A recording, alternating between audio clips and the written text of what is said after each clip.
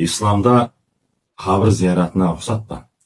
Көптеген жат ағым өкілдері, вахабилер жалпы қабір зияратына мүлдем Аллаға серік қосу деп түбегейлі тыйым салып жатады.